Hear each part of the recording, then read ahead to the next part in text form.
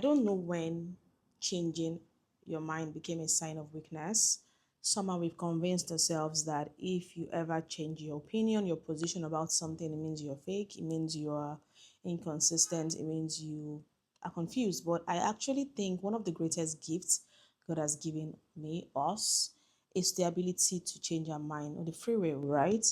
Hi guys, welcome back to Unbecoming 30. If you're new here, this is a series where I am documenting the conversations, lessons, and unlearning shaping me before I turn 30 in a few months' time. I'm excited. Today's conversation is one I hold very close to my heart because looking over the last 10 years, I don't even think the biggest thing that has changed in my life is the substance I have and I've acquired. I think I, as an individual, I have changed a lot, and honestly, I'm grateful for that.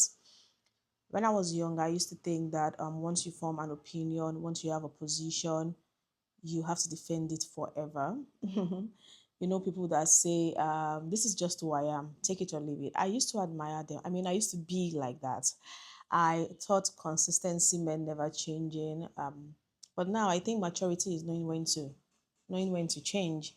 Because what if the reason you have refused to change your mind or you've held on to those beliefs is simply because your ego won't let you? What if, right?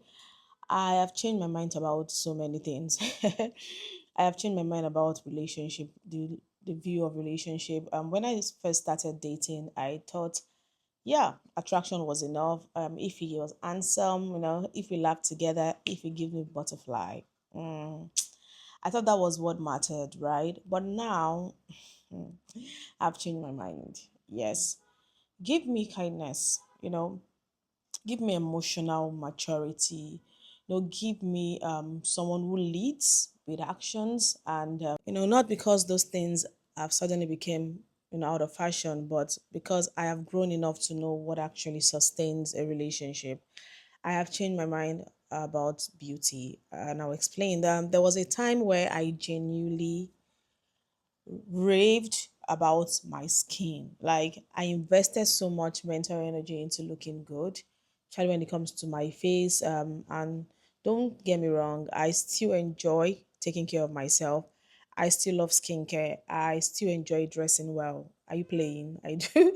But I've changed my mind. I don't want beauty to be the most interesting thing about me anymore, right? I would rather someone, you know, meets me and leave with a conversation saying, I made them think, than, oh, she's pretty.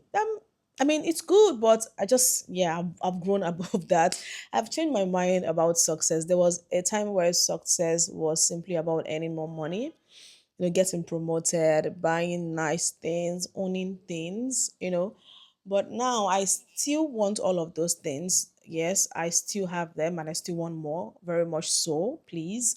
But I don't think that's success anymore. I mean, success is beyond that. Success is peace, time is success, good health is success, healthy relationship are successes. Being able to sleep at night without worries, that is also success. Those little things, yeah, really, they are success. I have changed my mind about asking for help, because if you followed the series, you would already know that for years I carried this belief that I had to do everything by myself. That asking for help meant depending on people, that if I worked hard enough, I would never need anyone. Well, I've changed my mind. Not because I have become dependent, far from it, but because I have realized that God often answers prayers through people. And the difference is learning who to lean on and when, very important.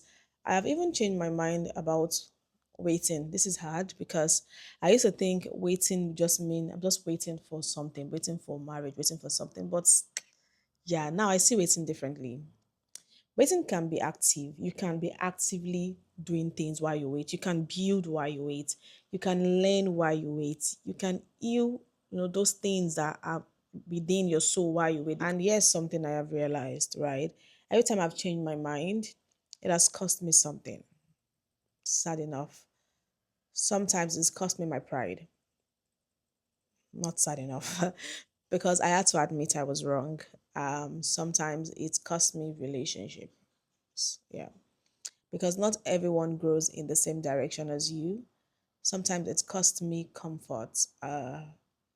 Because changing your mind often means changing your life, changing your view can be very uncomfortable. But despite all of that, I have never regretted changing my mind when the truth demands it, right? Never, and I will never, because every version of me that was willing to learn made room for the woman I am becoming today. And I think that's something we don't celebrate enough.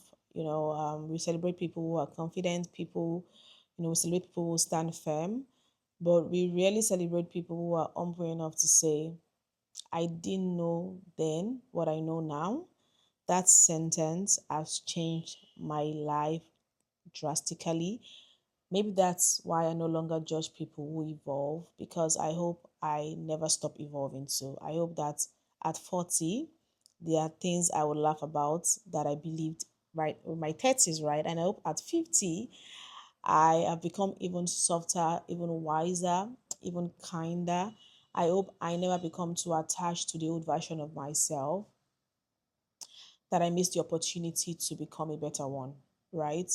So if you are watching this today and you are holding on to an opinion, a habit, a relationship, or even an identity simply because you have had it for years, maybe ask yourself one question. If I learned something new today, would I be brave enough to change my mind? Because maybe, just maybe, the version of you are praying to become is waiting on the other side of one change perspective. So thank you for spending a little part of your day with me today. I will see you in the next chapter of Unbecoming 30. Take care. Bye.